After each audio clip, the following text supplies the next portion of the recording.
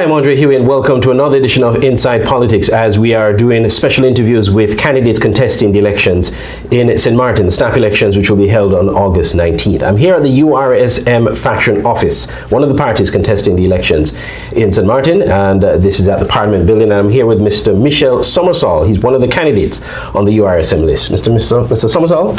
Good day, good day. Good to have you. Yes, how are you doing? Thank you. I'm fine, doing great. Yes. Oh, yeah. Sorry. I just want to thank you for setting this up that we can have this. Not a problem. Thank you for giving us the time for us to have this interview. All right. So you are not new to politics. You've contested St. Maarten elections before. You did the last election on the URSM. Just give us a bit of your political background.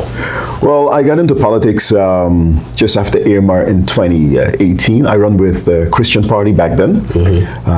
We got our seat, and then after that, I went to Holland to work as Deputy Minister Plenipotentiary in Den Haag. Government fell, there was a little exchange, and then, of course, the last election. Christian Party is no longer contesting, and met Dr. Luke, because we knew each other from the coalition before. He asked me to run if I was interested in running, and I tell him, of course, I'm interested in running.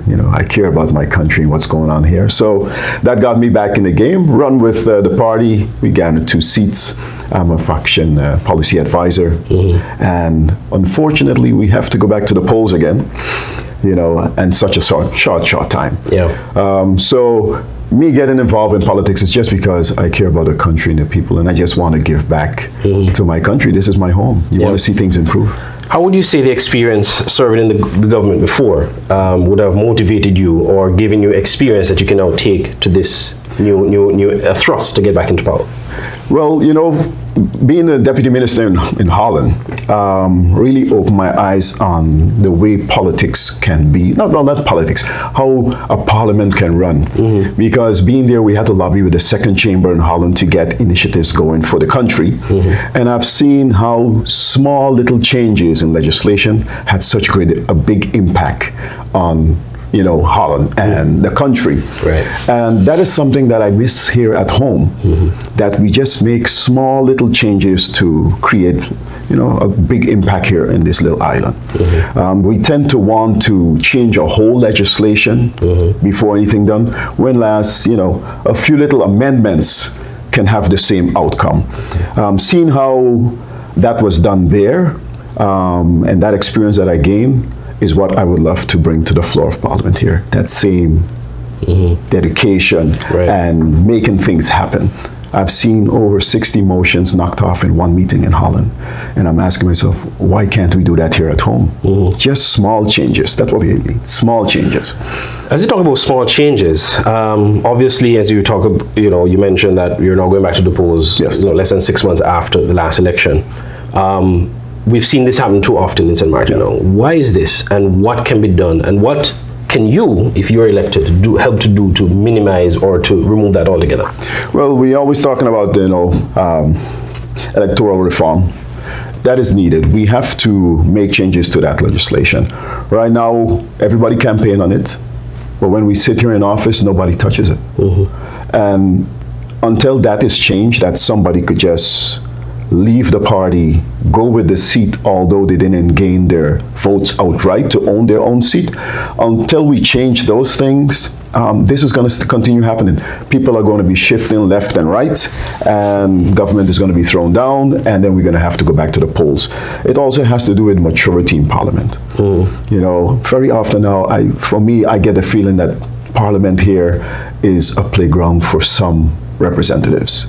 It's where things is looked at as a game without really thinking about the effects it have on the people of the country.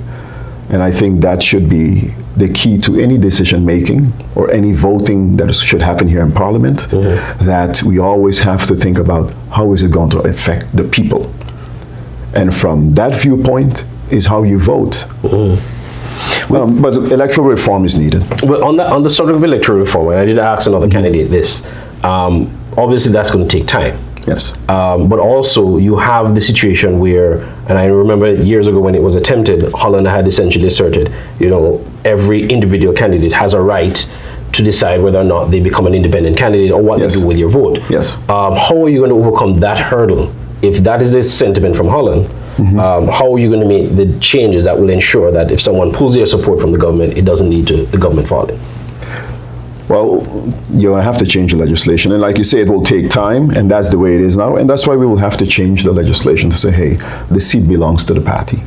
You might not have to change the whole legislation, but once again, little amendments will have to count. Looking at who you have on your list, number one, running with the party, same ideology, same standards, and everybody will say, yes, you know, we have the same standard, but once they're sitting on the seat, it becomes a different ball game. You know, where can I gain the most? And that's where the maturity come in. If you're sitting there, you're not there for yourself, you're there representing the people. And it's very difficult for us as a country, and as a small country, a young country, to say, you know, what are we going to do? It's a difficult one. It's a difficult one because everybody has touched on it before, like I mentioned, but when we get in collectively, we can never get the whole group together, or you would need to have a majority or a coalition of 10. Then you got 2/3 majority to make big changes. Right. And that's just what you will need as well with this legislation. If you want to change stuff, you're going to need a 2/3 majority. So essentially, you would need, if you don't have the majority, you would need the other parliamentarians to come to the table. Are you convinced that all the parties that are contesting have that same mindset, at least where this is concerned? You may differ on other issues, but when it comes to electoral reform and avoiding what is called ship jumping, that they are concerned about that, and if they're given the opportunity, they will support a legislation in Parliament, those changes in Parliament? Hard to say, because I think if the will was there to do it, it would have been done already. There are parties contesting who is definitely for it, but I do believe there are some that like it the way it is because it can work in their favor when they want it to be. So that may be a challenge. That will be a challenge. We're really going to have to lobby for it, and once again, it will come back to the people. And this is where, you know, when we go back to the polls, I think the parties who don't support the electoral reform, the people will have to punish them at the polls. Because if you're going to campaign or you're going to say this is what we need in order to have a stable government or stable country, and when time comes to vote on it, you vote against and you're not in favor of, then you're not telling the people the truth. And I mean, you don't really want change. So then it's in the hands of the people when you go back to the polls next time to say, hey guys, you didn't follow through on your word. So we're going to vote a different way, where the majority will be shifted to those that really want it, and then that decision can be taken. And do you think that is going to happen this time, considering how the government fell this year? This time it's going to be, I think it's going to be scattered again when it comes to, you know, how people are going to vote.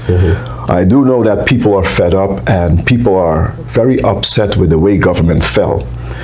They felt that they've been robbed of the opportunity of seeing a different way of governing. And I think that too will determine the outcome of this election.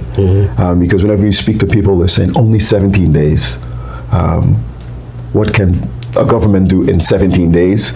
And as mature politicians or parliamentarians sitting here who has also been in an executive seat and knowing how it is to pull a stunt like this, I'm telling you, the people are not happy because you know better. You was just on that chair. And if you entice somebody and encourage them to do that, you're not really for the country and the people, because you already know the outcome that we could lead back to the polls. You already know what it's going to cost the country, and you still do it. Which means, are you there for the people, or are you just there for yourself or for the power? And I think that the people will punish them for that, because whenever I speak to people on the road, they're pretty upset at the fact that government wasn't given a fair chance, and they feel they was robbed of the opportunity. Right. On that note, we've noticed over the successive years, successive elections, that voter turnout has been poor, including the last election. Do you think that there will be an upsurge this time around, that people are just going to, you know, as you said, they're fed up, and so they're going to come and they're going to make the change that needs to be made? Or are we going to see a repeat of what we've been seeing? A lot of people say they don't want to go out and vote. So when you talk to them, I try to convince them. I say, we have to. If you're upset with the way government fell, it is your duty to come out and vote. Because if you don't, The other parties' voters are going to vote for them. They're going to go back in power, and the same thing that you don't want to happen, it's going to continue, like what happened the past 4 years. If you wasn't happy for the past 4 years, and you voted last election for change, now, more importantly than before, you have to come out and vote this time for change. Because if you don't, we're going to have a repeat of the last 4 years. So, talking to people and trying to tell them, hey guys, you know, it was unjust, 17 days. But now is when your vote really matters. Now is the time to come out and vote for change. What are some of the other issues that you personally are campaigning, you will be campaigning on, apart from electoral reform? What are some of the burning issues that you have as a candidate that you want? Burning issues I have, of course, the whole GB crisis, that's on the top of everybody's head. I'm looking at the basic necessities that we need, the most important things for our people. I think that is what is the essence of this election, and for me, you know, I stand for, you know, what really counts, which is the rights of the people.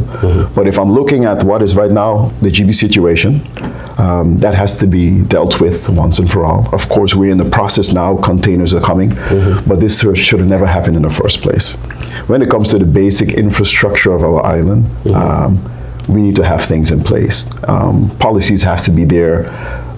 Agreements have to be made with government-owned companies. And as a government, we have to start holding them accountable. You know, in the GB, just for instance, for GB, a contingency plan should have been in place already. And for that, I will hold government accountable, because it was government task to make sure that that plan was in place and that it could be executed. If generators broke down, we shouldn't have to be sourcing which company we're going to get them from. It should have been a phone call away, because that should have been done already with a budget allocated to it, that in case something go wrong, one phone call and we could have gotten the ball rolling. So I'm looking at the GB crisis. For me, the economy, you know, everything connects, but we have to protect our economy at all costs. You know, we have a one-pillar economy, which is tourism. If we don't protect that, we're done. If there's no income coming into the island, all the initiatives we have, everything that we want to do for the youths with sports, the social housing, we're not going to be able to do it because there's no money coming into the country. So protecting the economy is critical, and with that comes the safety. Safety on the streets, safety for our tourists, safety for our people. Right now, if we look at the behavior on the streets with driving, you're hearing that tourists are saying that they don't even want to drive here anymore. And when you see a post like that on Facebook, or you hear tourists saying so, it really gets you to thinking that, guys, look at the guardrails around the roads. I mean, if you come from the airport all the way to Phillipsburg and you look at the guardrails, how they're just run down, gives a clear indication the bikers in the middle of the road. So we have to curb the driving behavior and safety. And I think that when it comes to economy and country, it all comes back to the pride. How much pride do we have as a people? How much pride do we have in our country? Because this is our home, you know, and we have to protect it. Yeah. And going back to infrastructure, because this has been an ongoing problem in St. Martin, what will it take to have, not just to improve the roads, improve the conditions of our public infrastructure, and GB, as you pointed out, but to ensure that it doesn't go back to the stage that it's currently at now? In the case of GB, what can be done to ensure that we don't have a situation like this again when the problem is officially solved? Like I mentioned, the contingency plan. Government have to outline the expectations of GB and also hold them accountable. I think accountability is the biggest thing that we, you know, are lacking in some areas. We have to hold those accountable for not doing their job. If GB, like GB mentioned, they want to go green, that's part of their plan, you know, renewable energy. But up to today, nothing has started with renewable energy. But this is a plan that GB had from years ago. This is your plan. So as a government, my question to you would be, how far are we on renewable energy? When are you thinking you're going to execute or start? And it's all about holding the people in charge accountable, as well as ourselves as government. And when you're working on your budget, make sure that the money is going in the right places. You know, if you're collecting road tax, I would love to see that money going back and fixing the roads. If somebody run down the guardrails, we have to hold them accountable too. Somebody have to pay for it. It shouldn't be government. It should be the person who run it over. So the cost will be there, and we're going to pass it on to whoever is destroying the island. If you knock down a lamppost, I'm sorry, but you will have to pay for that lamppost. So it's holding people accountable, because in the Netherlands, that's the way it is. You know, if I'm driving reckless and I run on a lamppost, I'm going to get the bill. So I know next time when I'm driving, I'm going to drive more careful, because if I damage the property, I will end up paying for it. And I think it's about holding people accountable. Right. I think that's the only way we can get things done, holding people accountable. Your political opponents have said about the URSM that it is part of a government that didn't lasted for 17 days. Yes. It's unstable, and people should not be putting their trust in any of the parties that were part of that government, because they proved to themselves and they proved to the country that they're not stable compared to what they had before. What do you say to that? I think it's the contrary. You know, I think it's the other parties who threw down government is the ones that they shouldn't vote for. Because like I mentioned before, if they really cared about the country and people, they would not have thrown down the government after 17 days. Explain that, because what we see publicly is a member of the coalition pulled their support for whatever reason, even though he has made allegations, but he has pulled the support. And so they're now pointing fingers and say, well, you guys didn't keep it together. Yeah. You know, if I dangle candy in front of a kid pretty long, he's gonna take it. You know, if I got candy there and I tell my child, hey, you can't eat it, or I just put it in front of you and I say, hey, you can watch it, but don't touch. And it's there for a very long time, eventually the child is gonna touch it. That's why I hold those who did the enticing accountable, because they sat on the seat of the executives. You was just in government, and you already know the outcome if the shift was made. Me as a parliamentarian, that's why I say we have to hold ourselves accountable. If I don't entice you to do something, it won't happen. But they continue pulling on the young man because I guess he was the weakest link out of the 8. And they keep pulling on him and pulling and pulling and tugging until he gave in.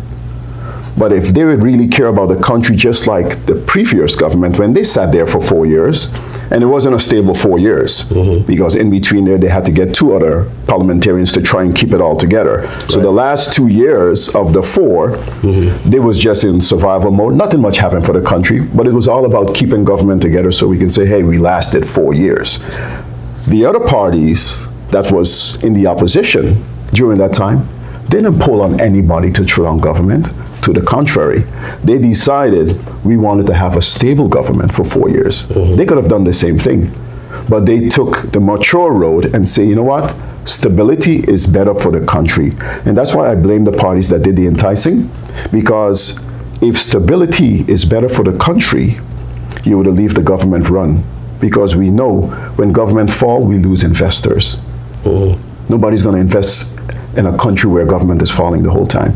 But if you leave it run, just like how it was done for you, investors might look and say, okay, you know, the government is getting more stable. They're lasting longer. We don't have all these snap elections. And then I would say, hey, now you're mature as an opposition, because you could get a lot of work done as an opposition too. You don't necessarily have to be in power. Yeah, but most parties, but I don't think any party goes to go in opposition. No, but if government form, then that's what it is. If you have gotten the young man to switch before the swearing in of government, I would have said patient, because you convinced him before government was sworn in. But to do it 17 days after government was sworn in, I find that's irresponsible as parties, the parties who did it, and as the individuals who sit in power. So that takes me to the next question. What will a URSM that is looking to form a government, what are you going to be looking for, or how can you assure to the public and the electorate that whoever you form the government with, that you're going to keep it together for the 4 years and function efficiently? Well, we're going to have to look at party lines. I mean, each party has their goals and their values, and you know, that's what we do when we look in forming coalitions. Do we have the same alignment, the same values? Of course, you know, when we say you got to put a little water by the wine, it's a little give and take. That we know, but it's forming government with people who are mature at the end of the day, who really want to work for the people. Now, you don't close out any party. I would never close out any party, because I can work with anybody. But seeing what just happened, whoever is going to be going into the coalition after this election, we really have to ask ourselves as parties and individuals, guys, how can we improve the governing situation for our country so that it can better our people? Once again, if we want investors to come, we need to have a stable government. We need stability in government. Right. Otherwise, nobody is coming. And we have to stop being the laughing stock of the Caribbean and the world. Yeah. That's another thing. You know, we have to step up our game and say, hey, playtime is over. 10-10-10, right? Yeah. We had enough time to learn. Right. Playtime is over. Let's get serious and do the work that needs to get done. Finally, I'll give you the opportunity to look to our viewers, those yes. who, some of whom would be voters, and to tell them why they should vote for you and why they should vote for the URSM. Well, to the voters, I'll say definitely, once again, my name is Somersall. I'm candidate number 10 on URSM. And I get a question very often, why am I running? And the answer to that is pretty simple. It's because I care. I care about this country. This is my home. I care about the people. I care about the education system for our kids. I've gotten a lot. I had the opportunity to go away and study and come back home. And it's only because I care about what is going on here is why I'm in the race. We're one family, as we say, on this island. And I joined the URSM because of the integrity of Prime Minister Marcelina. I believe in the ideology of the party. We intend to walk down a different road. That's why when it comes to parliamentarians and appointed ministers, we haven't just followed the old routine as before. We're going to put key people with the qualifications and experience in places where it's really needed so that we can improve the situation on this island and the situation and lives of our people. In a very short time in government, you can look at the track record, look at the GB situation going on for years, but the Prime Minister, they say, containers was coming within 6 weeks, and as you can see, he delivered on his word. That is why I'm part of this party. We are a party that is working. Like we said, we don't have to go out and brag about everything we're doing. There's a lot of work happening behind the scenes, and we are here for the people. I'm here because this is where my heart is. I care about you, I care about this country, I care about our children, and this is my home. And I tell people, you know, my grandparents was buried here, my dad is buried here, I have all my family, most of them buried here, and this is home, and we're gonna make the best of this place. And I want to tell you one thing, do not give up hope. We know governments has been falling and standing and falling and forming, but do not give up hope. You come out and vote on August 19. Change is going to happen, but we need you to make it happen. Vote for URSM. Have no fear, URSM is here, and we are here to serve you, the people of St. Maarten. Mr. Somersall, thank you very much. And you're welcome. Thank you very much. And thank you, the viewers, for watching Inside Politics Special Edition, as we've just interviewed Mr. Somersall of the URSM. We'll be back next time for another interview. Thank you for watching.